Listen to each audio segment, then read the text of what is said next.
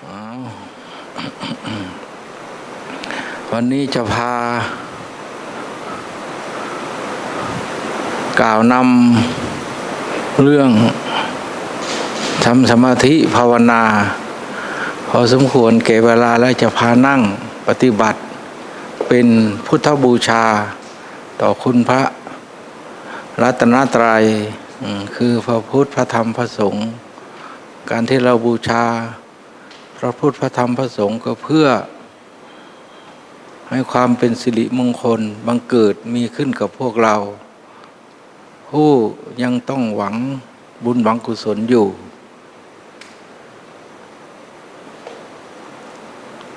อย่างวันนี้ล่ะที่จะได้นำมากล่าวก็มีเรื่องที่พระพุทธเจ้าท่านแนะท่านสอนให้พวกเราฝึกหัดหรือว่าสนใจกระทำบำเพ็ญทางด้านสมถะภาวนาหรือสมาธิภาวนาหรือวิปัสสนาภาวนาทั้งสองอย่างนี้ควบคู่กันไปอย่างท่านตรัสเอาไว้ชัดเจนว่าสมาหิตังยถาภูตังสมาหิโตปชานาติเมื่อจิตตั้งมั่นเป็นสมาธิแล้วย่อมรู้เห็นตามเป็นจริงเพราะพวกเราถ้าจิตยังไม่รวมลงเป็นองค์สมาธิเมื่อไหร่ความที่จะรู้เห็นตามเป็นจริงเหมือนอย่างพระพุทธเจ้าเหมือนอย่างที่ครูบาอาจารย์ท่านปฏิบัติบำเพ็ญมานั้นก็ไม่ใช่เป็นของที่จะเป็นไปได้ของที่จะเห็นได้เพราะฉะนั้นเมื่อจิตรวมลงเป็นสมาธิแล้วท่านก็สอนให้มีวิปัสสนาที่นี่คำว่าวิปัสสนาก็คือนำเอารูปธรรมและนามธรรมทั้งสองอย่างนี้ที่ทุกท่านทุกคนก็มีเต็มพร้อมบริบูรณ์ด้วยกันทุกอย่างคำว่ารูปธรรมก็หมายถึงรูปที่เราเห็นด้วยตาเนื้อถ้าจะระบุแยกแยะออกไปก็คือมีผมขนเล็บฟันหนังเนื้อเอ็นกระดูกนี่ถือว่าเป็นรูปธรรมแต่ส่วนที่เป็นนามธรรม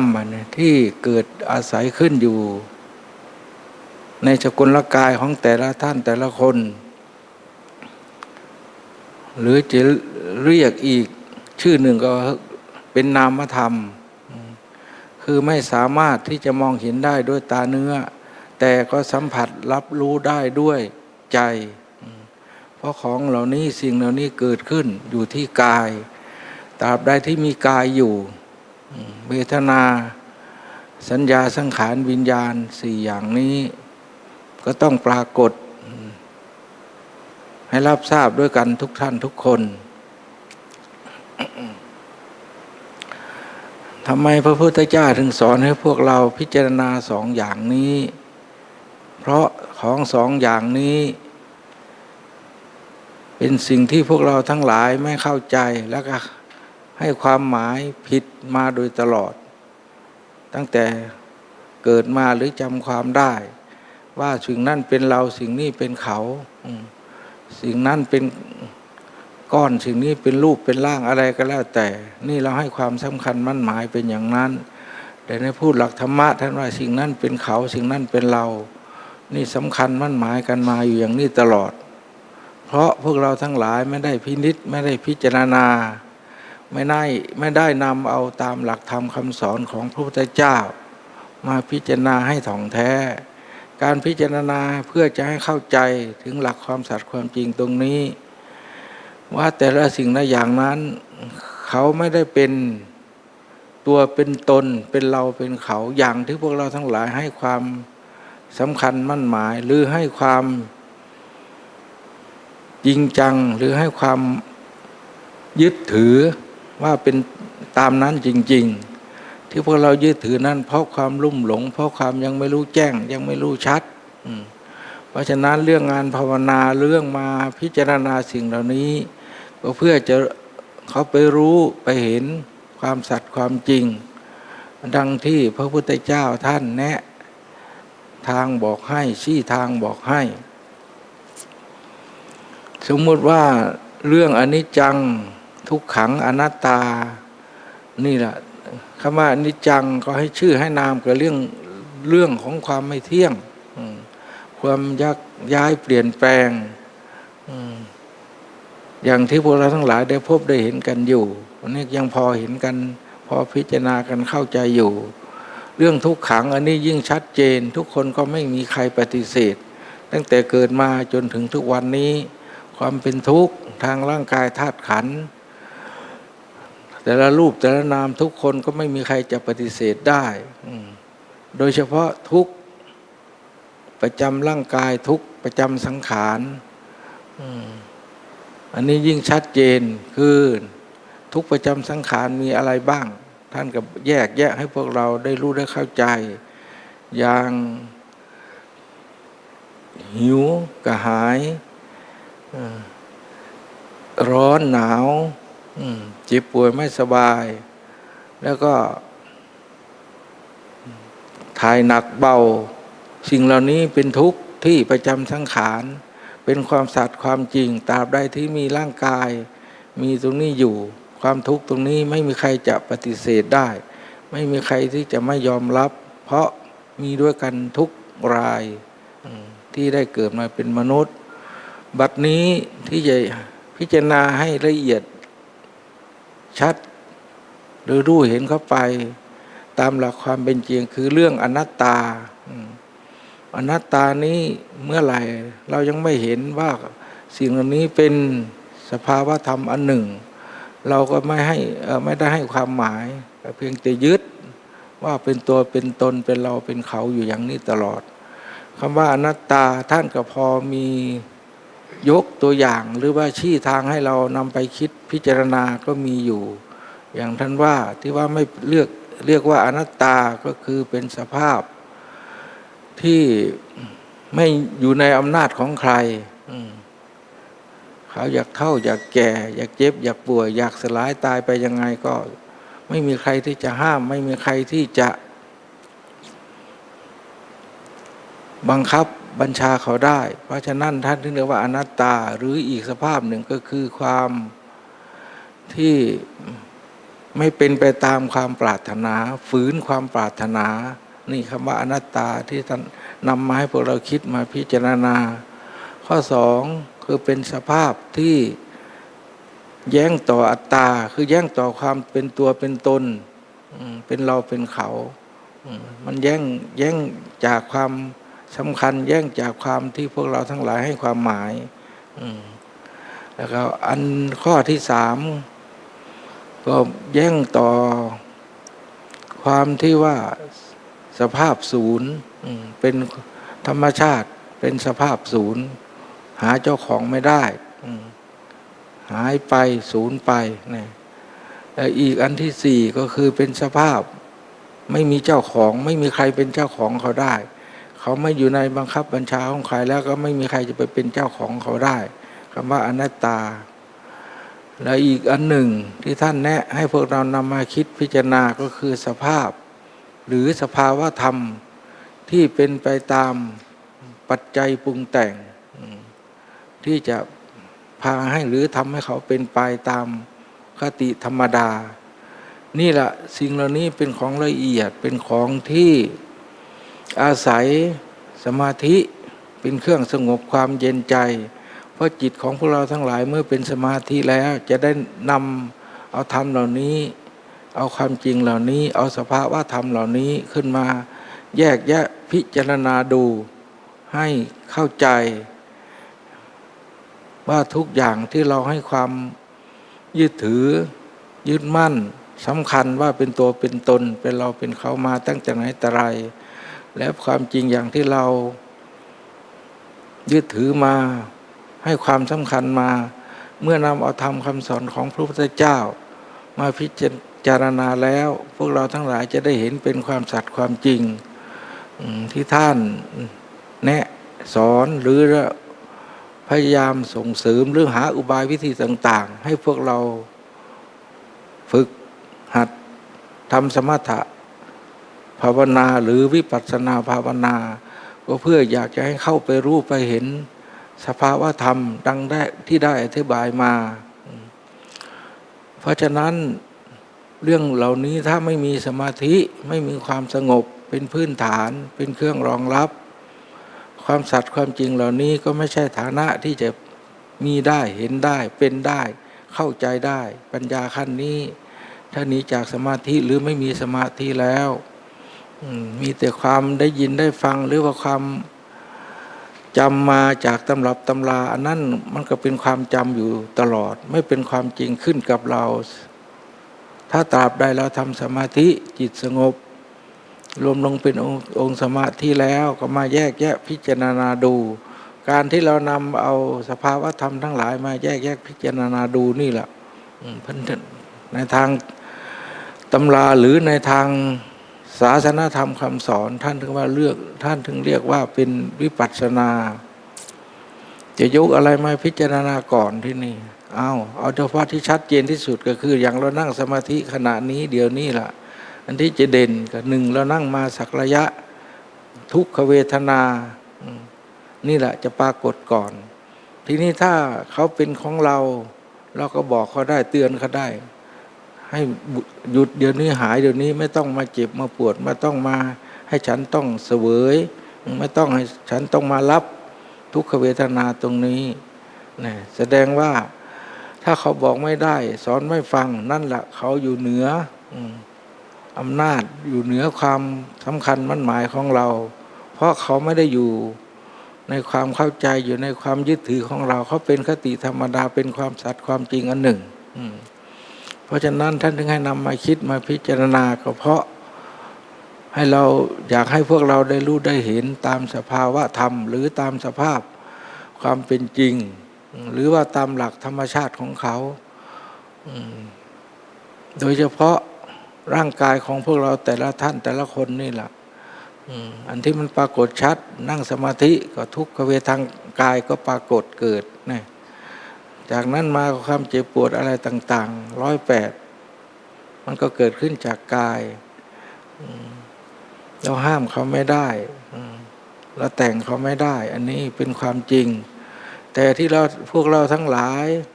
ได้ประคองรักษาดูแลเข้ามานั้นมันเป็นเรื่องที่ว่ารับผิดชอบเพราะธรรมชาติของกายเขาต้องมีการกินดื่มหลับนอนพักผ่อนอันนี้เขาเป็นอย่างนั้นแต่ความเจ็บป่วยจากโรคภัยไข้เจ็บอะไรต่างๆอันนี้เป็นเรื่องคติธรรมดาที่เขาจะต้องเป็นไปตามธรรมชาติของเขาทีนี้พวกเราผู้ยังอาศัยร่างกายหรือว่าจิตกับกายยังอาศัยกันอยู่ก็ต้องดูแลรักษาประคองกันไปเท่าที่ความสามารถของพวกเราจะเยียวยารักษาเอาได้ถ้าอยู่ในวิสัยของยาของหมอโรคภัยไข้เจ็บหายแล้วร่างกายก็ทุกขเวทนาที่เกิดขึ้นจากโรคภัยไข้เจ็บอะไรต่างๆก็ระงับดับไปไม่อยากจะว่าหายถ้าจะพูดตามหลักความจริงคือระงับบรรเทาไปชั่วครั้งชั่วคราวชั่วการชั่วสมัยแล้วก็กลับมาเป็นอีกให้พวกเราทั้งหลายได้ประสบได้พบเห็นกันอยู่นี่แหละความสัตย์ความจริงเพราะฉะนั้นการที่เรามาปฏิบัติบำเพ็ญมาภาวนาเพราะงานภาวนานี้มันรู้หรือมันปฏิบัติมันฝืนความรู้สึกยิ่งกว่าการให้ทานการรักษาศีลเพราะอันนี้เป็นเรื่องอาศัยกายก็จริงแต่เป็นของที่จะต้องให้เกิดขึ้นกับจิตกับใจโดยเฉพาะจริงๆถึงจะได้ความหมายหรือจะได้ความเย็นใจได้เห็นคุณค่าของภาคปฏิบัติอย่างพวกเราทั้งหลายให้ทานรักษาศีลอันนั้นมันเป็นด้านวัตถุอย่างศีลอย่างนี้นะถึงจิตใจของพวกเรามีความคิดอยากไปทำให้มันผิดศีลแต่ละข้อแต่ละอย่างมันมีแต่ความคิดถ้าเราไม่เอากายไปล่วงละเมิดไปทำอยากจะฆ่าสัตว์อยากจะลักทรัพย์ประพฤติผิดในกามพูดเท็จดื่มสุราอะไรก็แล้วแต่เพียงแต่จิตคิดอย่างเดียวศีลของเราไม่ได้ขาดเราเป็นบุญอยู่แต่เพียงแต่จิตของเราเศร้าหมองเฉยๆเนี่ยแต่ถ้าเราเอากายของพวกเราไปละเมิดข้อใดข้อหนึ่งคืออันนั้นศีลของเราขาดเพ พุทธเจ้าท่านพูดไว้อย่างนั้นแล้ววันเรื่องสมาธิถ้าจิตเรามีสมาธิแล้วถ้าจิตของเราคิดไปในลักษณะนั้นสมาธิของเราก็เศร้าหมองผลที่สุดก็ไม่เจริญก้าวหน้า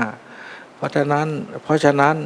เรื่องการทำสมาธิเมื่อจิตสงบแล้วสิ่งที่มีพลังหรือว่ามีอำนาจก็คือสามารถที่จะข่มนิวรณธรรมไว้ได้คำว่านิวรณธรรมก็คือเรื่องนี่แหละจิตที่พวกเราทั้งหลายให้ความสำคัญมั่นหมายให้ความพอใจยินดีมาโดยตลอดแต่ถ้าจิตรวมลงเป็นองค์สมาธิแล้วเมื่อไรถ้าอยู่ในสมาธิอาการเหล่านั้นหรือว่านิวรณธรรมเหล่านั้นก็ไม่สามารถที่จะปรากฏที่จะโผล่ขึ้นมาภายในจิตใจของพวกเราได้จิตของพวกเราก็จะเห็นแต่ความสงบเย็นใจแล้วก็มีแต่ความผ่องใสอารมณ์นิวรณ์5อย่างนั้นก็ไม่สามารถที่จะเข้ามาทำให้จิตใจของพวกเราเศร้าหมองไปด้วยได้คำว่านิวรณ์5อย่างก็อย่างที่ท่านพูดเอาไว้ในตำราก็คือ1กามฉันทะนิวรณ์พยาบาทนิวรณ์ทินนมิทะนิวรณ์กุกุจจะนิวรณ์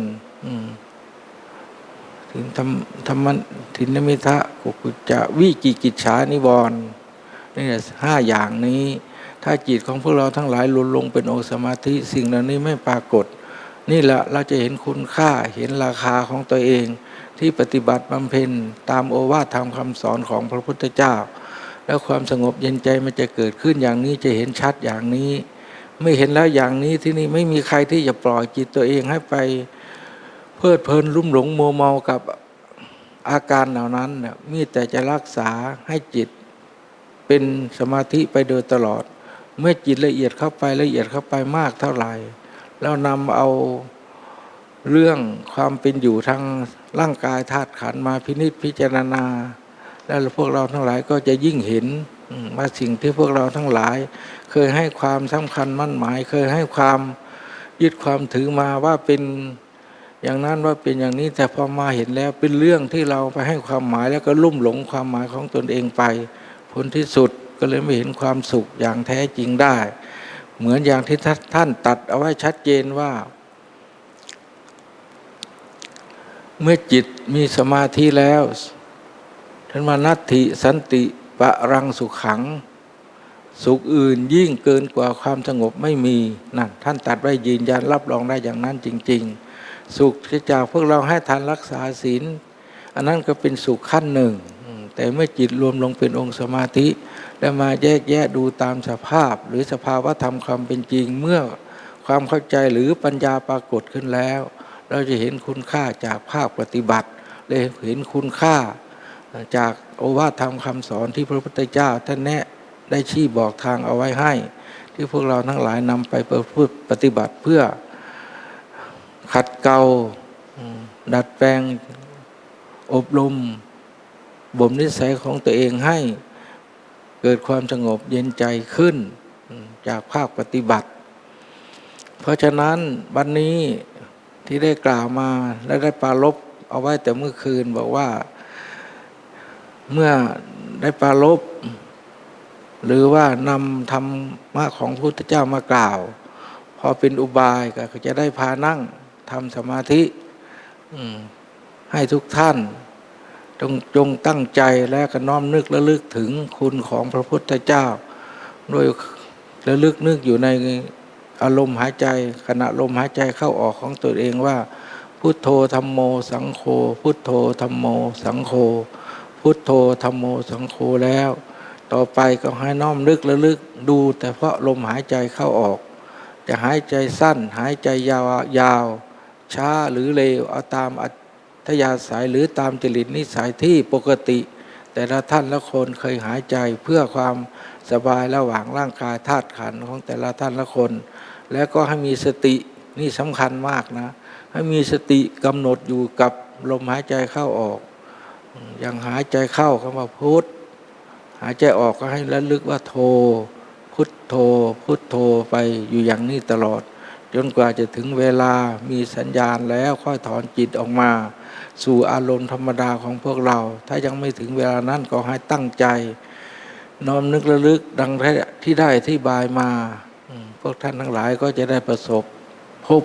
สิ่งที่เป็นมงคลอันสูงสุดเกินกว่าทานรักษาศีลนี่แหละพุทธเจ้าสอนอันนี้มันเป็นของละเอียดก็เลยว่าอานิสงส์มันเยอะถ้าฝึกได้แล้วไม่มีใครอยากทิ้งอยากให้หายแหละมีแต่รักษามีแต่ส่งเสริมให้จะละเอียดและเจริญยิ่งขึ้นไปแต่นี่ต่อไปก็ให้ตั้งใจดังที่ได้มีมติต่อกันเอาไว้จนกว่าจะถึงเวลาพอสมควรต้องตั้งใจภาวนากันต่อไป Luang Por said that he likes to say a few things on meditation practice. And firstly, I'd like to encourage you to always have refuge in the Buddha, Dhamma, and the Sangha. The Buddha have stressed the importance of dana practice as a means of upholding bhavana practice. When you look after citta, it means that we need to have all the right factors so that our citta can be in the right place. We have to look after our mind with samadhi. Samadhi will give us an opportunity to practice with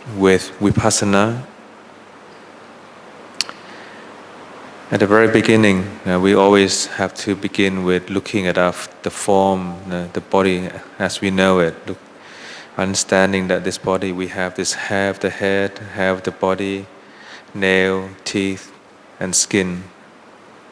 And also understand the mental phenomena, the Dhamma. To understand the mental phenomena, it doesn't just appear by simply looking at it. You can only understand this by understanding this different sensation that arises. The Buddha emphasizes the importance of being able to understand the rupa and nama, to understanding the form, understanding the mental phenomena.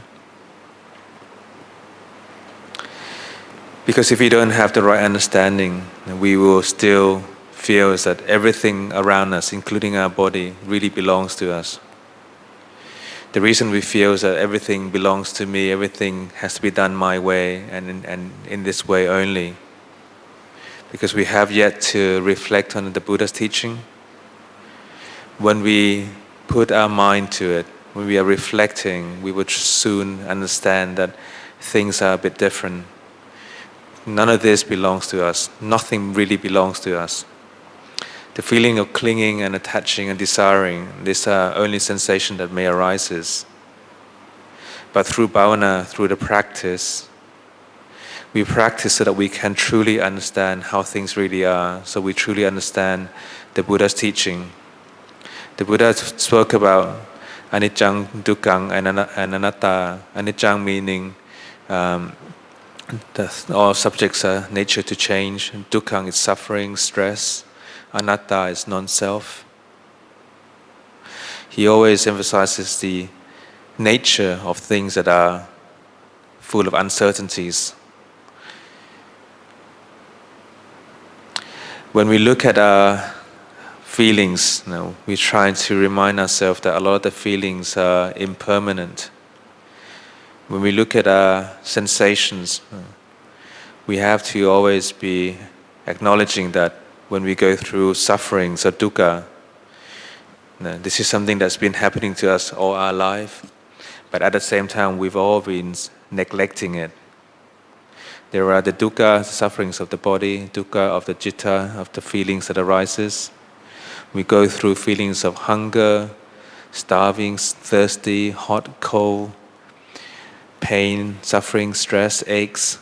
even simple things as trying to go to the toilet, it's not an easy thing for this body. So by having this body, you definitely have to remind yourself that there's a lot of suffering involved. By reflecting on things clearly, you will also see that there are full of things that are non-self, doesn't belong to us. We try to reflect so that we don't cling onto things. We don't cling on different liking and disliking and sensation that may arise. The feeling of anatta, it just simply means that everything really beyond our controls. Whether when we get older, when we get sick, or even when we are passing away, you can see that all of these are just part of the nature. There's nothing that we are doing that will be able to overcome them, whether you wishes for them to happen or not. When we have these feelings of attaching, of how things, looking at things and thinking that this ideas belongs to me, that person is right, that person is wrong, all these views, conflicting, understanding that everything that arises, they're just part of the nature, and the nature have higher understanding, the nature that doesn't really have a real owner, and also the nature that constantly trying to manipulate the way we are doing things. The only way to see things in a very clear way is to have samadhi. When your mind is in samadhi, you will notice how the mind is much more clearer and it's cool, calming and very gentle. When the mind is gentle, you can start reflecting on things, separating things, understanding things, not always thinking that this is me, mine, everything belongs to me, my way, my rights. The only way of understanding the true, understanding the nature, is to follow the teachings of the Buddha. The Buddha always encourages us to practice and cultivate our sense of understanding in bhavana. When we have a better understanding of nature, by relying on samadhi, we will see how things really are. By understanding, by picking up the different experiences in your practice, this is much more than just reading something from books or hearing it from your teachers. When you heard about the teachings or having read about the teachings, those are simply memories. They don't really belong to you just yet. But when you have samadhi, when you have concentration, you can rely on that concentration. You can push forth and start doing vipassana practice. For this evening, you already started sitting for a little while. One of the first things that is commonly occurring during our sitting is the aches and pains, the discomforts of the body, the agitation of the mind. As long as we have this body, we will always be experiencing some kind of dukkha and sufferings and stress, regardless of how much we are demanding it to be otherwise, regardless of what we are trying to say to ourselves. It's always unwillingly listen. It's always go against our feelings of wanting and needing. This is the nature of things. It will always be like this. But with bhavana, you can see how the natures really are by sitting meditation. By sitting and meditating, you will know that the body will come with pain, the body will come with stress. There's nothing that we can do about it. This is part of the nature. We have to nurture our body, responsible in feeding the body, drinking, sleeping, resting. These are just means of nurturing and maintaining the body as best as we can. And when we are not well, we rely on the doctors and hospital. The best thing that the doctors and hospital could do would be just prolong our sicknesses. Would be offering us some medication in helping to nurture our bodies so that we can overcome those sicknesses. But by overcoming, it means you are only overcoming them for only a little while. Then soon they may reoccur again. When we are practicing with our bhavana, we are trying to cultivate a different understanding of how things really are. this understanding that can only occur within your heart and mind, so that you can see the true value of yourself and the practice. In the beginning, you need to look after your sila very well, trying to reframe all of the things that are stated in the 5 sila. No stealing, for example, no lying, and so on. If your sila is well looked after, it means that when you're sitting and meditating, there's most likely that your samadhi will linger for longer, will be more sustained, because your sila has been well maintained. The samadhi that occur during your meditation practice will help you to overcome your hindrances. Hindrances means the things that you tend to dwell in and enjoys, but the things that you have been enjoying, that tends to be unwholesome and unskillful. But with samadhi, you can overcome the hindrances. With samadhi, you can help your heart and your mind to become peaceful. It helps your feeling to be bright and radiant, to overcome the 5 hindrances, like the sensual pleasure, sloth and torpor, restlessness, remorse, doubt, and ill will. So with samadhi, you can look after yourself and overcome those hindrances that may arise. Only a true understanding will give us a better pathway in overcoming those particular ideas. The Buddha mentioned again and again that there is no greater happiness than the happiness of the peaceful mind. Because when the mind is peaceful, that's when you are truly experience the true wisdom. When the wisdom is there, you can use that wisdom to practice and have a better understanding, to go against the grain. With any practice, once you are able to experience those goodness, you also have to try to maintain them, nurture them. So for this evening, I wanted to share these teachings of the Buddha and be able to sit and practice together and recollect and feel this sense of gratitude for the Buddha's teaching, recollect the Buddha, Dhamma and Sangha. And while we are sitting and meditating together, whether you are watching your breath going in or your breath coming out,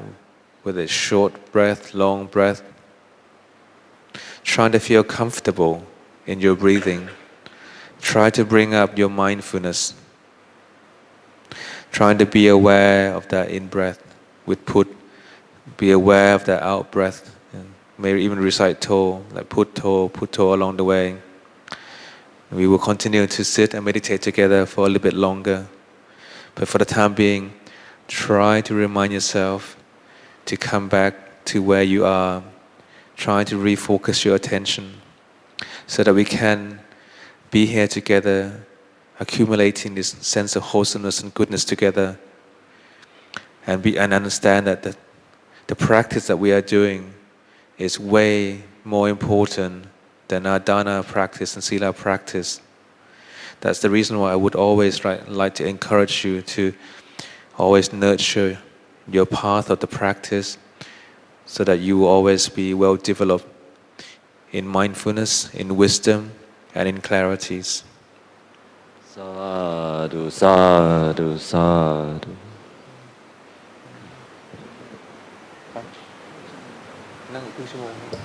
Okay, we'll carry on sitting for another half an hour.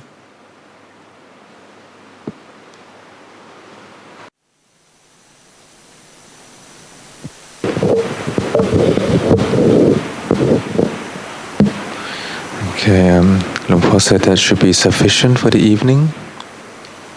That should be the end of the sitting.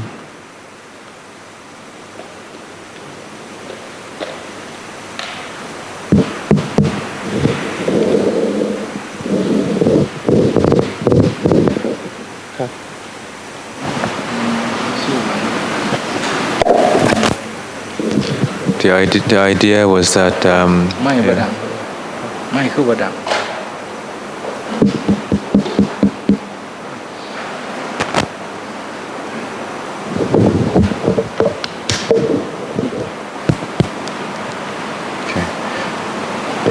Luang Por wanted to allow people to have about an hour of meditation together, or 60 minutes, as it were. So we included the 40 minutes of the Dhamma talk, and also the half an hour sitting, so that you were able to have meditated for just over 60 minutes. Luang Por asked whether anybody were struggling with anything. Were you able to endure that an hour-ish of sitting?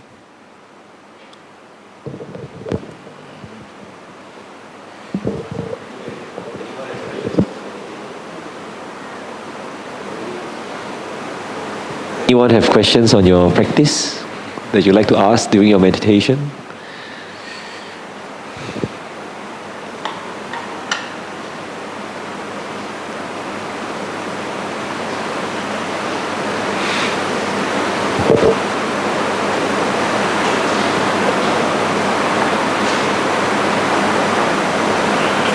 Anybody?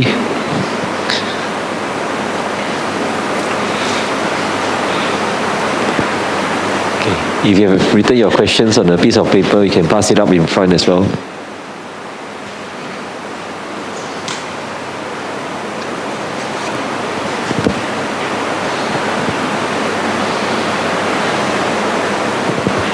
Actually, you want to read it out so people can hear as well? Okay, so there's a question. Bhante, after knowing body is the four elements and the bones, what should I do next for my progress in meditation practice and Dhamma practice? That's the first question. ถ้าเกิดว่านั่งสมาธิไปแล้วก็เห็นว่าร่างกายเป็นธาตุสี่เป็นกระดูกนะครับถ้าลักษณะทำอย่างนี้แล้วควรจะทำยังไงต่อที่จะให้ปฏิบัติได้ต่อเนื่องครับ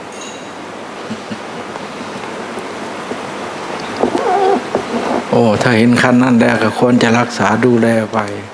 อันนี้แหละถ้าเห็นขั้นนั้นคือว่าเห็นความสัตย์ความจริงแล้วเป็นสิ่งที่ประเสริฐถ้าเห็นขั้นนั้นไม่ต้องถามใครแล้วมีแต่จะรักษาสงวนแล้วก็ส่งเสริมเพราะเราภาวนาไปก็เพื่ออยากไปถึงจุดนั้นอยากไปเห็นมันเป็นอย่างนั้นจริงๆในร่างกายแต่ละท่านละคนเพราะว่าธาตุสี่ถ้าไปเห็นตรงนั้นนะเป็นสิ่งที่ว่าจิตใจของเราได้กำลังไม่ใช่น้อยละพระทุกรูปทุกองค์หรือว่าโอวาทธรรมคำสอนพระพุทธเจ้าอยากให้เราภาวนาแล้วเข้าไปเห็นจุดนั้นแหละเมื่อเราภาวนาพิจารณาทางด้านสติปัญญาหรือว่าที่ว่าวิปัสสนาพิจารณาดูให้เห็นเป็นอย่างนั้นจริงๆเราเป็นของที่ทุกคนฝึกปฏิบัติภาวนาอยากเข้าไปเห็นอยากเข้าไปรู้จุดนั้นด้วยตนเองจริงๆถือว่าเขาไปเห็นสิ่งที่ประเสริฐแล้ว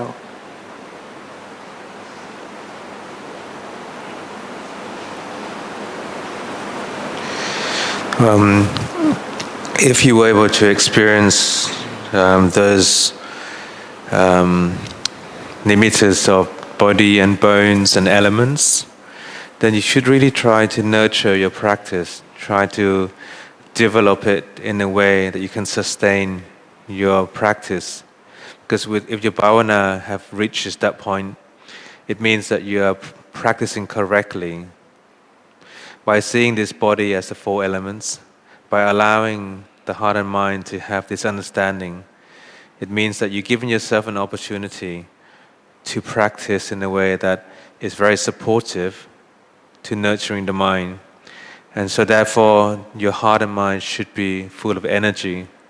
because the mind is able to see the nature of things.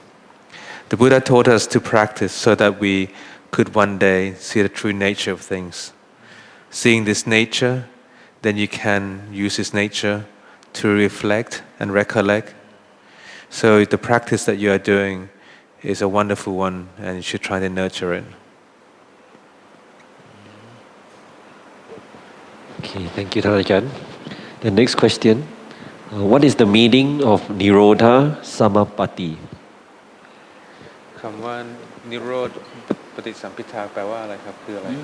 นิโรธปฏิสัมภิทาคืออะไรครับ นิโรธหมายถึงว่าถ้าให้ชื่อให้นามคือความพ้นทุกข์ดับทุกข์ปฏิสัมภิทาแปลว่าญาณอย่างทราบรู้ทุกสิ่งทุกอย่างปฏิสัมภิทาญาณอย่างทราบรับรู้รับเห็นผลเกิดขึ้นจากภาคปฏิบัติงานภาวนาชื่อของความรู้เห็นหรือว่าผลเกิดขึ้นจากที่เรา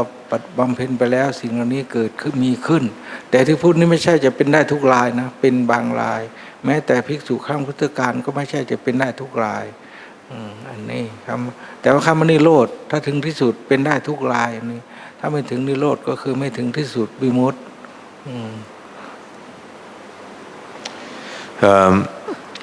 Nirota literally means to be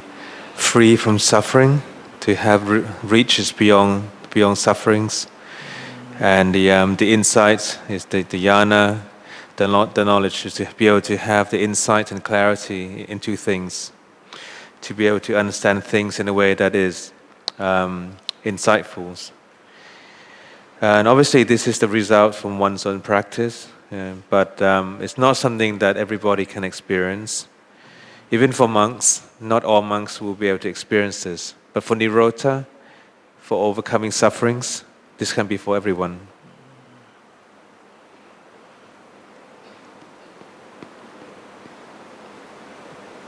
Anyone has another question? Okay, another question coming up.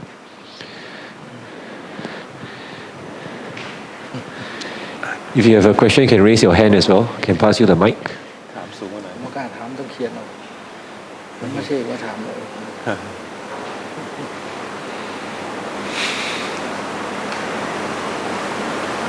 คนอ่านยังงงเลย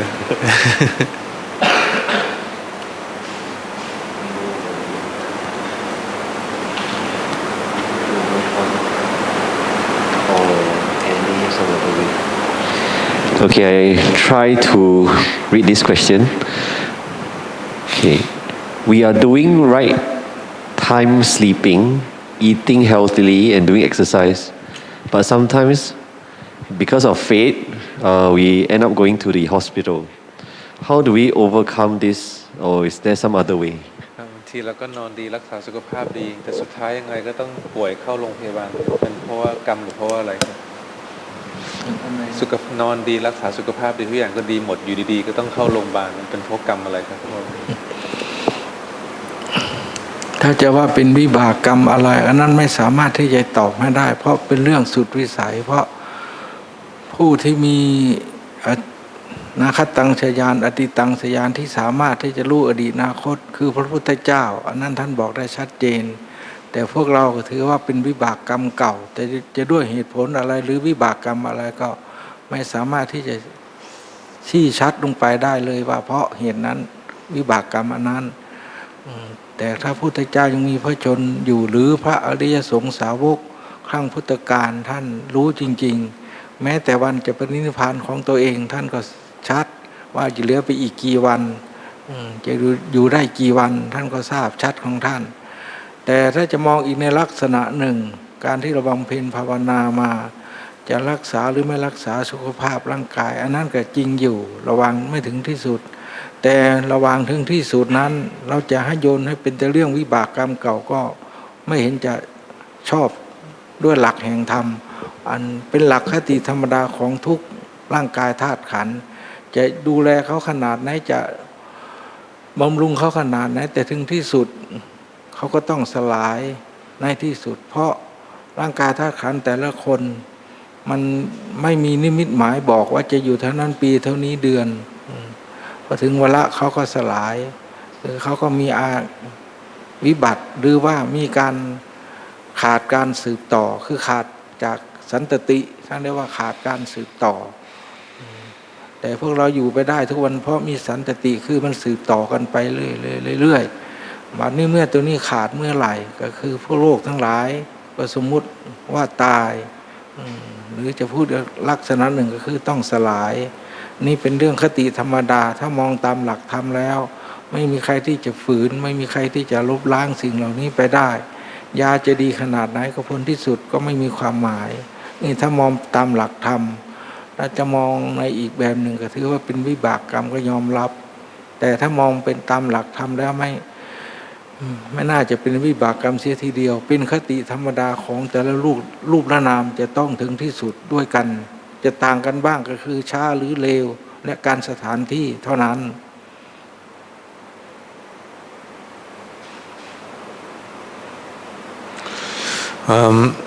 Well, you have to also understand that this can be also part of the vipaka karma, which is the accumulated consequences maybe from one's past life.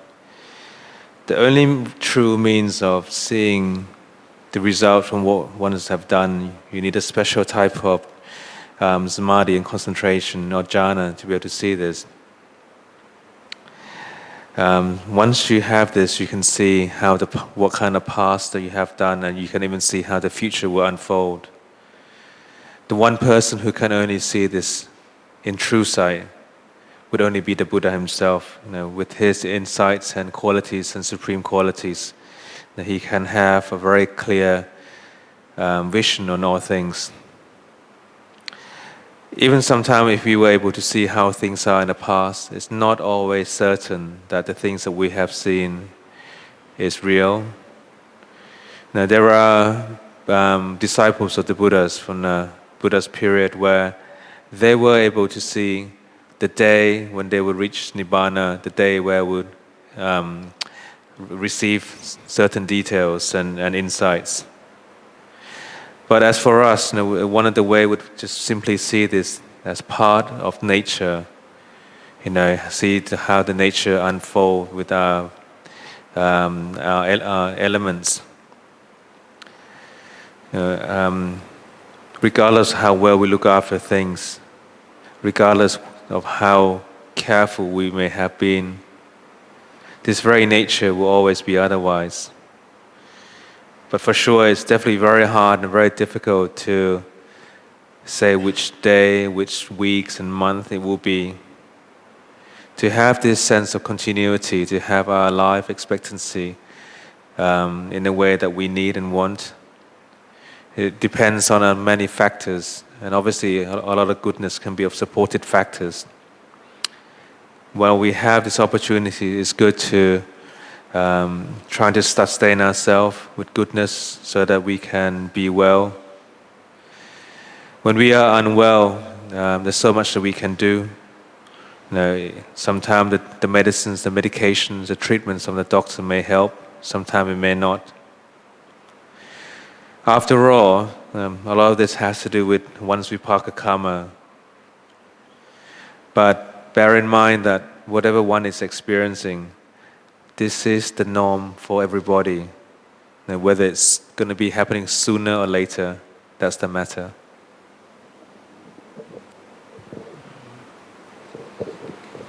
Okay. Does anyone have another question? Okay.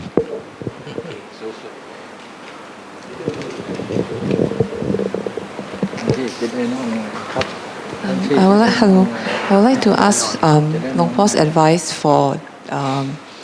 dealing with how to reduce pride and conceit. How to? Thank you. Pride and conceit ครับจะทำยังไงให้เรามีความรู้สึกว่าแบบลดความยึดมั่นถือมั่นในตัวเองหรือว่าการหลงงมงายก็มีวิธีเดียวอย่างพวกเราปฏิบัตินี่แหละถ้าไม่มีภาคปฏิบัติเข้าไปมันก็หลงอยู่ดีนี่เราปฏิบัตินี่เพื่อจะแก้ความหลงนี่แหละเป็นอย่างนั้นพระผู้บวชมาจะกี่พรรษาก็ท่านหลงมาก่อนเวลาท่านมาบวชมาปฏิบัติท่านถึงรู้ยอมรับพร้อมได้เห็นด้วยปัญญาเห็นด้วยคำสัตย์ความจริงเห็นด้วยจากปัญญาที่เกิดขึ้นจากภาคปฏิบัติเมื่อเห็นความจริงแล้วก็ไม่มีใครที่จะไปฝืนความจริงที่เราผ่านมาที่เราให้ความสำคัญมั่นหมายมันเป็นสักแต่ว่าอุปทานความยึดความสำคัญของเราแต่ความจริงเขาไม่เป็นไปตามนั้นแต่มามีภาคปฏิบัติเข้ามาช่วยขัดเกลาจิตใจของเราให้สะอาดให้ผ่องใสในผลสุดท้ายก็มาบริสุทธิ์ได้เมื่อบริสุทธิ์แล้วเมื่อไหร่นั่นแหละความจริงทุกอย่างความยึดถือความที่เราว่าเราหลงงมงายความสิ่งเหล่านั้นมันจะหมดไป โดยระหว่างที่จิตเรารู้ชัดรู้แจ้ง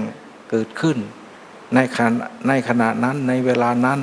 เพราะฉะนั้นบางท่านบางองค์ในครั้งพุทธกาลพอท่านได้รู้ชัดถึงความสัตย์ความจริงท่านถึงประกาศเลยว่าชาติของข้าพเจ้าสิ้นแล้วภพของข้าพเจ้าภพใหม่ไม่มีอีกข้าพเจ้าปฏิบัติตามโอวาทธรรมคำสอนของพระพุทธเจ้าข้าพเจ้าหมดจบหมดทุกสิ่งทุกอย่างจิตภาระที่จะทำเพื่อละกิเลสอย่างนี้ไม่มีอีกต่อไปนี่แหละเวลาท่านเข้าใจชัดท่านประกาศอย่างนี้ได้เต็มใจก็เพราะมาเข้าใจจากภาคปฏิบัติแต่ก่อนท่านก็ไม่ต่างกับพวกเราที่เกิดมาทุกคนก็มาด้วยอำนาจแห่งความลุ่มความหลงแต่พอมาปฏิบัติเอาธรรมของพระพุทธเจ้ามาเป็นเครื่องดำเนินขัดเกลากิเลสของตัวเองแล้วเมื่อเข้าไปเห็นความจริงทุกคนก็แจ้งชัดแล้วก็ประกาศได้เต็มใจดังที่ได้อธิบายมา Again, we have to come back to square one, to come back to our own very practice. The only way of reducing any unskillful means in our heart and mind is to have that better mind state. Even for monks, whoever they may have been, they also carries a lot of pride and a lot of problems with that in their hearts. So only when we can see the true nature of things through our practice, and only then we can have a better understanding. By practicing, you are going against the grain. You're trying to cultivate a better mind state. When your mind is pure, your mind is cleansed and has a lot of purities. The purity will help you to overcome the delusions of the different matters that arises. During the Buddha's period, there were monks who were very bold in their announcing because they knew that by overcoming their kilesas, by having a better understanding through their practice, they were very confident that this is their last life, they will not be reborn again, they will be able to overcome the kilesas. They were very confident in all their announcement, in all their intentions, because they know that through their practice, they have a better understanding now. They know how to nurture everything. And because of that, we have to try to maintain a path of the practice, go against the grain, and with that, you will see a better part of yourself.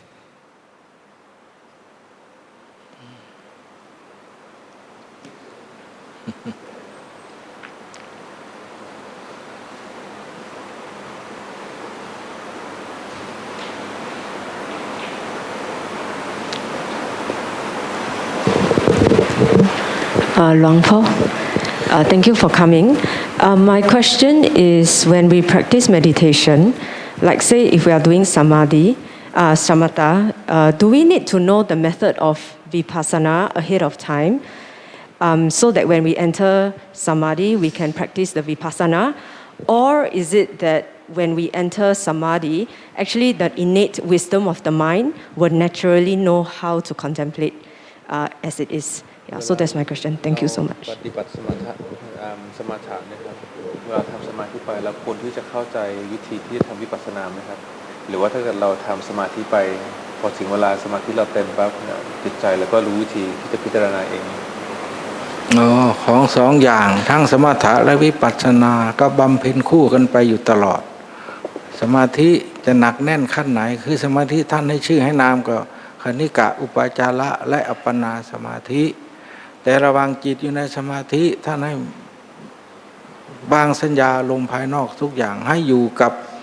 สมาธิบางอย่างก็ยังทิ้งคำบริกรรมไม่ได้ก็อยู่กับคำบริกรรมไปตลอด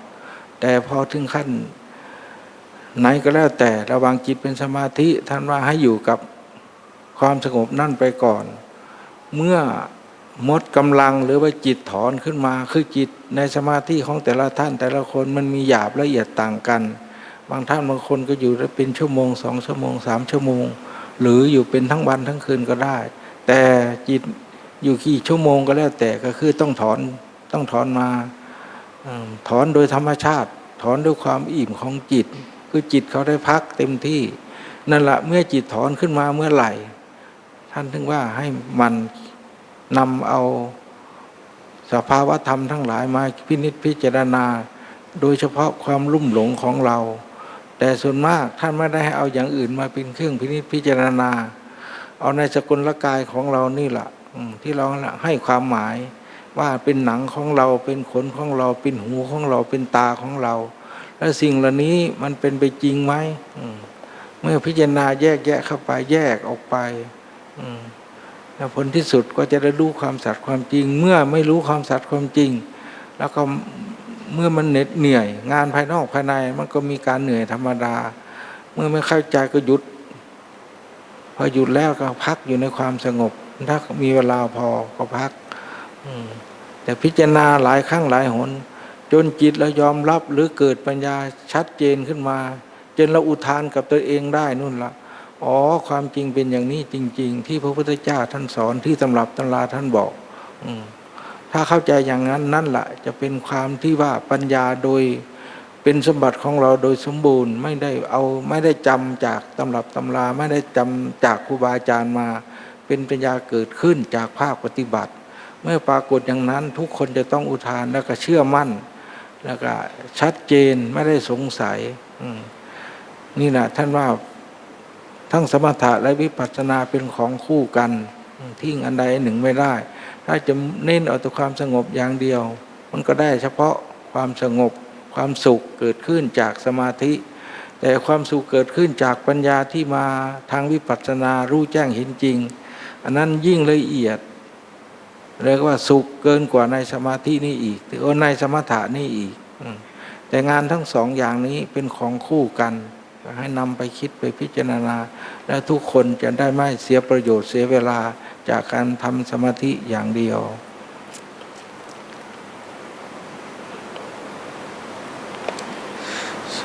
So for the samatha practice and vipassana practice, they both actually comes in pair. They do work together, side by side. In the early stages of our practice, we have to go through a basic kind of concentration practice first. For example, with Kanikat Samadhi, for example, and onwardly. And with our concentration, we need to look after our bodhigama, our mantra, nurture it until it reaches the end of the path. Trying to be with the peacefulness until you become very confident in yourself. Sometimes the peacefulness of the mind can last 1 or 2 hours or even the whole day. Sometimes we just have to let the mind go through the whole process. Just let it be. Let it fill with raptures and joys and bliss. Let it rest in that tranquilities. And only then you can use that tranquilities of the mind to reflect on the things that we are still in need of reflecting. For example, reflecting on the body, the hair of the head, hair of the body, the different parts of the body, for example, until we truly understand what they really are and whether they really belongs to us.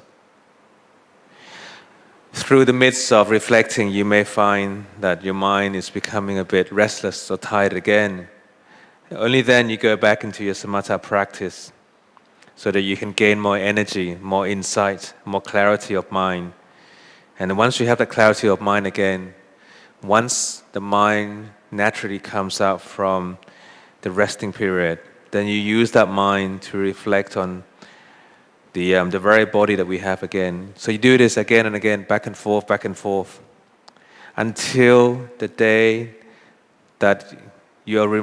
are able to have this initial insight that,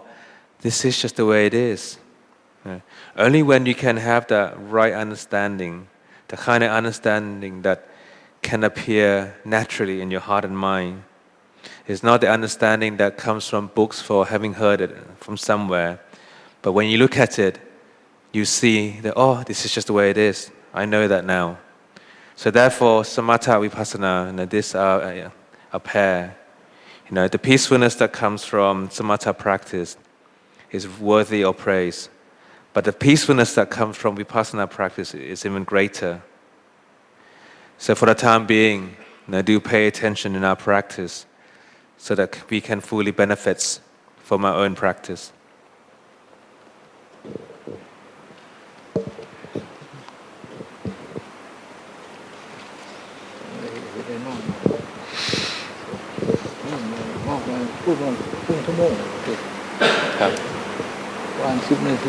Go on, please.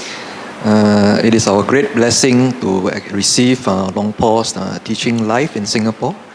Thank you very much, and also to Ajaan Mun for your very clear translation. I know that Luang Por actually attended the funeral of Por Khao. Yeah, and for somebody like Por Khao, I think it is actually an exceptional personality. What actually I would like to understand a little better is how is someone like him who actually experiences, tremendous pain, can actually, live on and still feel as if to us he's not feeling painful. Does he have to go into maybe samadhi all the time? Thank you. ก็กราบขอบคุณหลวงพ่อมากครับที่เมตตามาสอนคณะญาติโยมที่สิงคโปร์แล้วก็อยากจะก็ทราบว่าหลวงพ่อไปร่วมงานของพ่อขาวร่วมงานศพพ่อขาวมาก็ทราบว่าพ่อขาวเนี่ยโดยรวมแล้วเนี่ยมีทุกขเวทนามากอยากจะทราบว่าพ่อขาวทำยังไงถึงได้สามารถที่จะใช้ชีวิตในประจำวันโดยที่ว่าทุกขเวทนาไม่ได้เป็นปัญหาหลวงพ่อขาววันชาติชื่อของท่านปิเกียวเป็นมะเร็งกระดูกเป็นที่ข้อเข่าท่านเป็นมานานด้วยทุกคนก็คงทราบผลของการเกิดขึ้นจากมะเร็งนั้นมันเจ็บปวดมากน้อยแค่ไหนบางคืนท่านว่าทั้งคืนไม่ได้พักผ่อนหลับนอนทำไมไม่พักผ่อนหลับนอนเพราะทุกขเวทนาเกิดขึ้นมันเจ็บมันปวดที่อยู่ได้ก็อยู่เพราะเอาทุกขเวทนานั้นเป็นอารมณ์พิจารณาทั้งที่รู้ว่าเจ็บอยู่ร่างกายเขาเป็นธรรมชาติเขาต้องเจ็บต้องปวดถึงไม่ให้ความหมายถึงไม่ให้ลุ่มหลงแต่เขาก็เป็นอยู่อย่างนั้นตลอดเพราะฉะนั้นท่านถึงเอาความทุกขเวทนานั้นอยู่กับลมหายใจเข้าออกหรือว่าพิจารณาทั้งที่พิจารณาเข้าใจว่าเขาเป็นเรื่องเกิดขึ้นจากร่างกายธาตุขันธ์แต่เมื่อถึงที่สุดตราบใดที่เขายังไม่เสื่อมสลายคือตายไปทุกขเวทนั้นก็เกิดขึ้นอาศัยกายเกิดแต่ไม่ใช่กายแต่ก็อาศัยกายเกิดวันนี้จิตยังอยู่ในร่างกายอยู่ในสกุลกายนี้ก็เป็นธรรมชาติต้องรับทราบรับรู้กันก็เลยดูอยู่ด้วยสักแต่ว่ามีเวทนามีทุกข์ถึงท่านจะไม่ยึดไม่มีทุรนทุรายเหมือนกับคนทั่วไปแต่จิตนี่ก็รับทราบอยู่ว่าทุกข์นี่คือทุกข์เพราะฉะนั้นทุกข์นี้พระพุทธเจ้าทั้งสอนให้ทุกคนกำหนดรู้เมื่อรู้แล้วจะได้ปล่อยวางถ้าเราปล่อยวางไม่ใช่ว่าทุกข์นั้นเขาจะหนีหายจากไปทุกข์ที่อาศัยกายเกิดเขาก็เกิดอยู่ตามคติธรรมดาของเขาสำคัญที่จิตเมื่อเข้าใจแล้วก็เลยปล่อยวางไปตามธรรมชาติธรรมดาทั้งที่ทราบอยู่ว่ามันมีแต่ไม่ได้ยึดมั่นถือมั่นเหมือนแต่ก่อนเพราะมาเข้าใจตามสภาวะความเป็นจริงของเขานี่แหละท่านอยู่อย่างนี้พระขาววันชาติ The layman's name was Po Khao Wanchat. He experienced, he had cancer, bone cancer. For all of us, I think we all know what is, how painful things can be when you have bone cancer. For him, he mentioned that it was always very difficult, especially when the pain arises. Sometimes it's very difficult to even to go to sleep and go to bed because it's very painful. But because he's aware that the pain is always there, so he often uses the pain, the difficult sensation that arises, as a means of reflections. And he tried to disregard the feeling of liking and disliking because the pain is always there. Now, he tends to use the pain as well as the anapanasati practice, watching the breath as a means of reflection. Obviously, the sufferings of the body relies on the body because there's a body, so there's the sufferings of the body. But for the citta is also within the body. But the citta also works as the knower, the one who knows that this is the body, knows that this is suffering. And by having the right understanding, he was able to simply allowing his mind to understand that this is just Vedana, this is just part of the sensation. Rather than clinging onto that, oh, this is my Vedana, why is it happening to me? But simply just reminded himself constantly that this is just Vedana, this is just part of it. When the citta realized how things really are, he was able to go through the sensations. The Buddha himself again taught the importance of knowing the sensation, understanding the sensation. And also the Buddha emphasizes that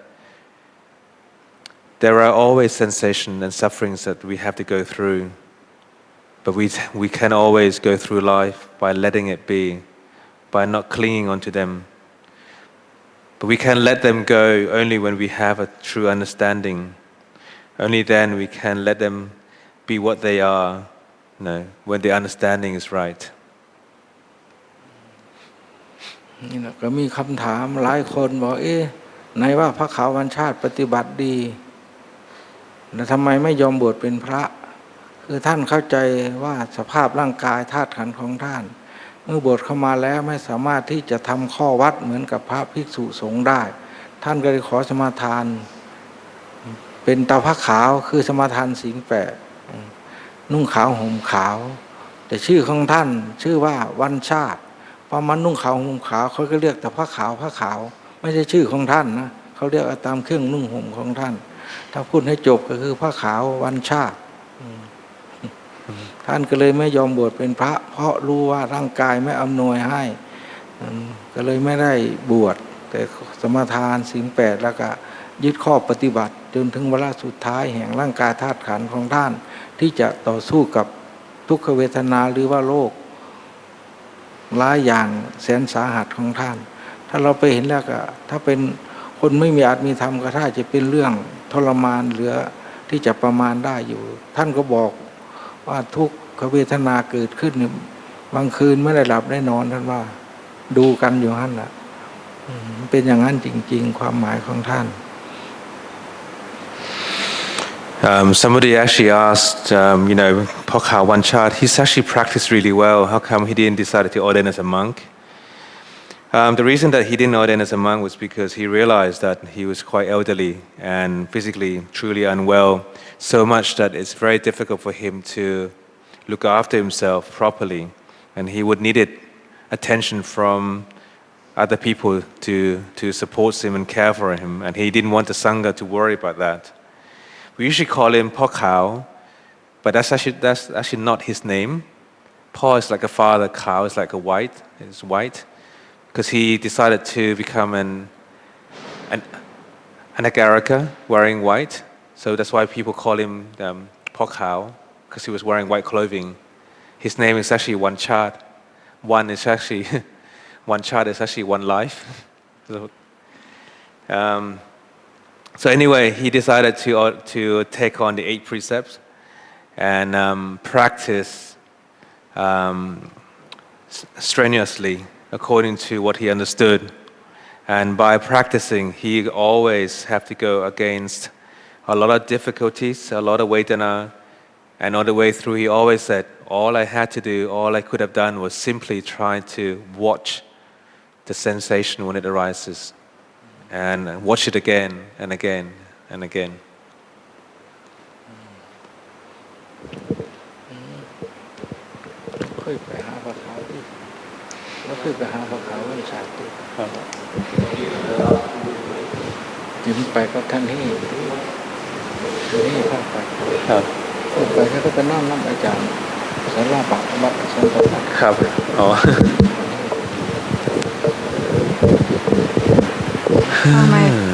It's going to be a hard one. Hello. I have 2 questions. The first one is how to cultivate more loving kindness and reduce the heat in the heart in terms of like craving, anger, and jealousy. And the second one is how to increase faith in the Buddha. Thank you. The second word How to increase faith in the Buddha? faith ครับมีสองคำถามครับคำถามแรกก็อยากจะถามว่าทำไงให้มีเมตตามากขึ้น เพื่อที่จะได้ลดความไม่ดีเช่นพวกความอิจฉาริษยานะครับคำถามที่สองก็จะทำยังไงให้มีศรัทธามากขึ้นในคำสอนพุทธเจ้า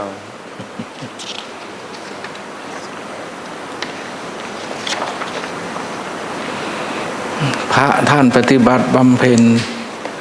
เพราะท่านก็ไม่ต่างกับเราผู้ยังไม่ได้บวชหนึ่งความเมตตามันก็ไม่มีเต็มเม็ดเต็มหน่วยสองศรัทธาความเชื่อในพระศาสนามันก็สักแต่ว่าพ่อแม่ญาติพี่น้องหรือประเทศชาติหรือขนบประเพณีพาเข้ากราบไหว้แล้วก็นับถือกราบไหว้ไปอย่างนั้นคำถามทั้งสองอย่างนี้ที่จะให้มันเจริญขึ้นได้จะให้มันมีเต็มใจได้หนีจากภาคปฏิบัติไม่ได้เพราะว่าถ้าความสงบไม่เคยปรากฏขึ้นคือผลไม่เคยเกิดขึ้นจากภาคปฏิบัติความเชื่อมั่นศรัทธาดิ่งต่อคำสอนของพระพุทธเจ้านั้นก็ไม่ใช่ที่จะเป็นได้มีได้อย่างที่เราต้องการโดยเฉพาะเมตตานี่แหละเป็นสิ่งที่ครูบาอาจารย์หรือพระพุทธเจ้าท่านบอกให้ว่ามีมากเท่าไหร่ก็ไม่เคยเฟ้อมีมากเท่าไหร่ยิ่งดียิ่งมีประโยชน์แล้วก็ไม่มีโทษภัยกับใครกับสรรพสัตว์ทุกหมู่เหล่าท่านว่าแต่ขอให้มีเถอะแต่ว่ามันจะมีได้เพราะอะไรบ้างนี่แหละต้องมันมาคิดพิจารณาจิตสงบแต่ละครั้งนำมาคิดมาสอนตัวเองคือหนึ่งย้อนมาถามตนเองว่าเราเกิดมาเราก็ไม่ต้องการความรังแกความเบียดเบียนหรือคนอื่นมาสร้างความเดือดร้อนวุ่นวายอะไรให้ต่างๆให้เกิดขึ้นกับเราก็ไม่ชอบเมื่อเราเห็นเราเป็นอย่างนั้นต้องการคือถ้าพูดแล้วก็มีคนทุกคนก็ต้องรักสุขเกลียดทุกข์ด้วยกันทั้งนั้นเมื่อต่างคนต่างมีความรู้สึกอย่างนั้นต่างคนก็ไปคิดย้อนออกไปคนอื่นเขาไม่ต่างกับเราเท่านี้เมื่อเราเกิดความรู้สึกอย่างนั้นเราก็มีแต่จะคิดแบบใดอย่างไหนที่จะให้คนอื่นเขาไม่เดือดร้อนเพราะมั่นใจว่าเราก็ต้องการความสุขคือรักสุขเกลียดทุกข์ด้วยกันอย่างนั้นแต่ถ้าเห็นด้วยปัญญาเกิดขึ้นอย่างนี้แหละความสำรวมระวังรักษามันก็จะค่อยเกิดมีมาขึ้นกับตัวของเราเองนี่ภาคปฏิบัติเฉพาะเรื่องศรัทธามากกว่านี้ถ้าไม่มีภาคปฏิบัติเข้ามาเสริมแล้วก็ไม่ใช่ของง่ายที่เราจะมีศรัทธามั่นคงแต่ถ้าผลเกิดขึ้นจากภาคปฏิบัติอันนั้นแน่นหนามั่นคงใครจะมาบังคับใครจะมาฆ่าบอกว่าถ้าคุณยังเคารพเลื่อมใสในพระศาสนาอยู่จะต้องถูกฆ่าถูกแกงอย่างนั้นก็ยอมตายเพราะมั่นคงมั่นใจในหลักธรรมคำสอนของพระพุทธเจ้าว่าเป็นสิ่งที่ถูกต้องดีงามถ้าเรายังยึดถือปฏิบัติอยู่อนาคตหรือสัมปรายภพไม่ได้ตกต่ำแน่นอนคือมีสุคติเป็นที่รองรับอย่างมนุษย์สมบัติสวรรค์สมบัติถ้ายังมั่นคงแน่นหนาต่อไปอีกก็เข้าถึงสู่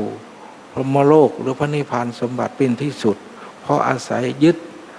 ตามโอวาทธรรมคำสอนของพระพุทธเจ้าเป็นเครื่องดำเนินชีวิตของเรา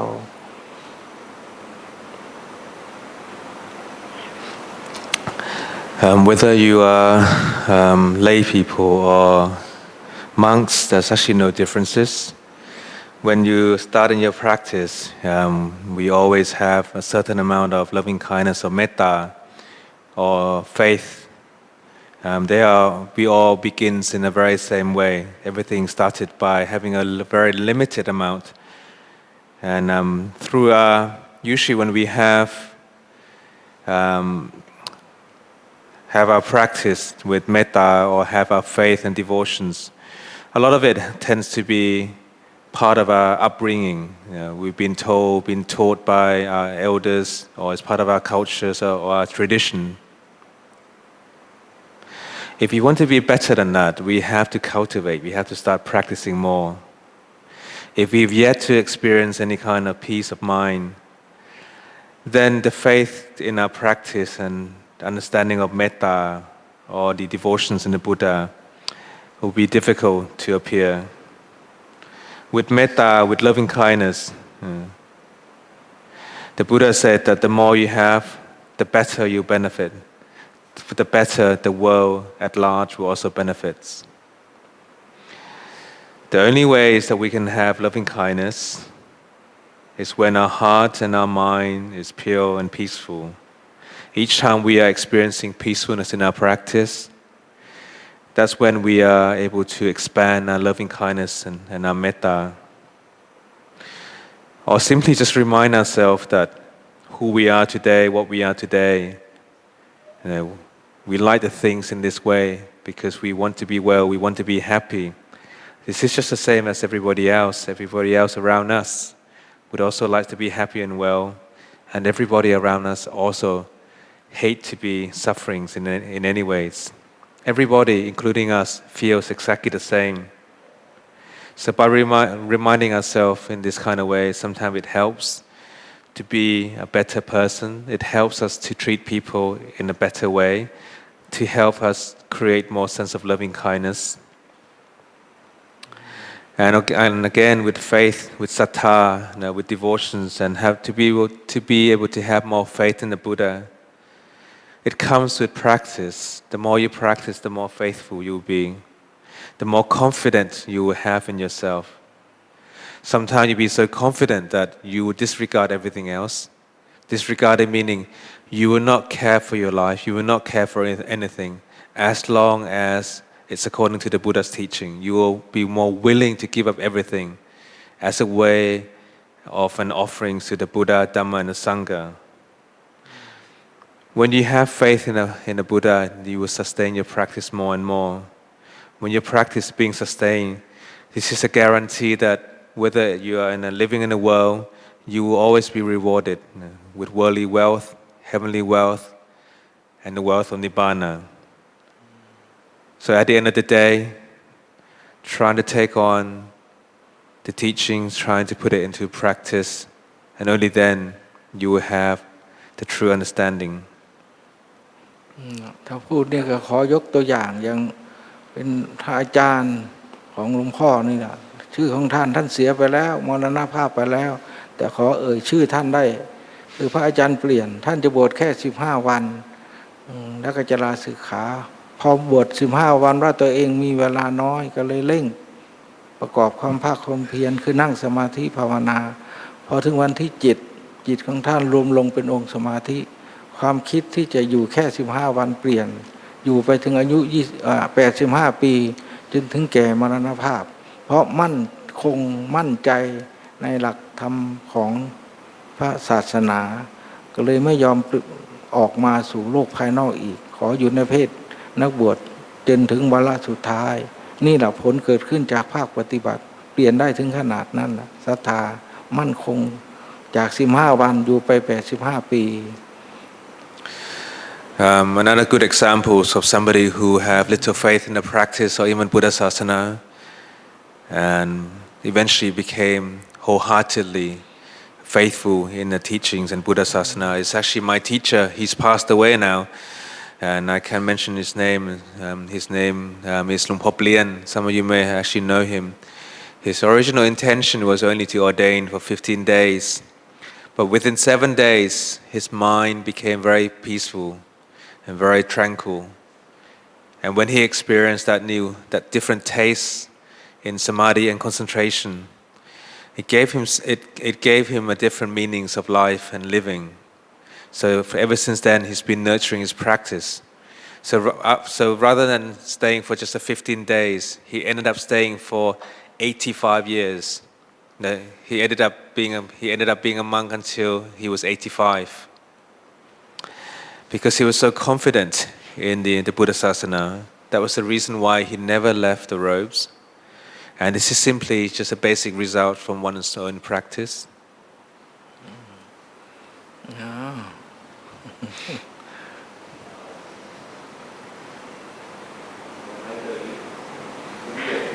Anyone wants to take the last question for tonight? The last one. So maybe to answer Luang Por's question after the meditation session just now. So For the first part of the meditation, when Luang Por was giving the talk, when I wasn't really trying to meditate, actually the mind was quite peaceful, it was quite calm. But later when the formal meditation, like now start the meditation, and that's when it starts to be very tough to sit and the mind wanders a lot. So, any advice from Luang Por for that? ตอนที่หลวงพ่อคุยธรรมะตอนช่วงแรกครึ่งชั่วโมงแรกรู้สึกว่าโอ้จิตใจสงบดีนั่งสมาธิง่ายฮะแต่พอประกาศปั๊บนั่งสมาธิครึ่งชั่วโมงปรากฏว่าจิตใจแข็งขึ้นมาทันทีนั่งไม่ได้เลยเป็นเพราะว่าอะไรมันไม่ได้แล้วให้ชื่อให้นามกับเรื่องความกิเลสนั่นน่ะ มันไม่อยากให้เราทำมันกลัวเราจะได้ดีมันเลยหาเรื่องขวางนี่นะท่านว่าขวางไม่ให้จิตเราท้าสร้างความดีภาษาของธรรมะท่านถึงเรียกว่านิวรณธรรมมันขวาง Luang Por said it's simply, if you want to give it a name, it's just your kilesa. When your defilements realize that you're going to be doing something well and noble, they do not want that to happen to you. So they become a hurdle, difficulties for you. This is what we call the hindrances. ว่าเทคนิคอาจารย์แต่ละองค์บางทีท่านยังไม่ต้องไหว้พระสวดมนต์ถ้าจิตอยากจะนั่งสมาธิท่านจะนั่งเลยถ้าเราสวดมนต์ทำวัดเสร็จค่อยมานั่งบางทีไม่ได้เรื่องท่านว่าเสียเวลาเพราะปฏิบัติอยู่ตามป่าถ้าไม่ใช่วันพระจะต่างองค์ต่างไหว้พระกันเองวันนี้ถ้ามีจิตคิดอยากจะนั่งสมาธิจะไปเลือกการเวลาท่านว่ารีบเอาตรงนั้นเลยอยากจะได้ผลดีด้วยท่านว่าแต่เคยไหว้พระต้องรอไหว้พระเสร็จถึงจะมานั่งบางทีไม่ได้เรื่องมันเป็นลักษณะนี่แหละคือมันไม่ยอมสงบแล้วก็ไม่อยากเอาท่านว่าแล้วก็จิตก็ไม่ค่อยอยู่เพลินไปตามเรื่องนั่นแล้วก็เอาเรื่องนี้มาปรุงอยู่เรื่อยท่านว่าแต่พอมาช่วงวันหลังต่อมาหรือช่วงวันใหม่ถัดมาถ้ามันรู้สึกรีบนั่งเลยท่านว่าพอจิตถอนขึ้นมาเมื่อไหร่ค่อยไหว้พระสวดมนต์ออกท่านว่าอันนั้นได้ประโยชน์ดีนี่แหละเทคนิคแต่ละองค์แต่ละท่านจะต่างกันลักษณะนี้ภาคปฏิบัติ Just to give you an example, there were monks who were dwelling in the forest. They were practicing.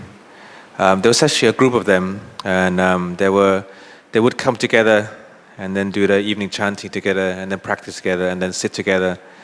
And the monk said that sometimes when you come and do things together, rather than it being easy, it became a very challenging way of the practice, because he realized that sometimes if he wanted to practice and if he just wanted to sit and meditate, if he just go ahead and sit when the feeling arises, it's actually a lot easier. But he noticed that whenever he has to be following the routines, coming together, sit together, chanting together, doing things together, and by the time he gets to sit, sometimes he feels too late. The mind is too tedious, too difficult to master. So you have to see how your mind really is. Whenever the mind is ready, sometimes it's good to actually go and then sit straight away, and then you can do your chanting and other practice later. So as you can see, our feeling really changes. Whenever the feeling is right, when you're in the right mood, the right position, then by all means go ahead and then practice right away. And obviously this really varies from person to person. You have to really see and watch how your feelings really are. Okay, the last question for tonight. Shall we put our palms together and say sadhu 3 times? Sadhu, sadhu, sadhu. Thank you very much, Luang Por and Ajaan.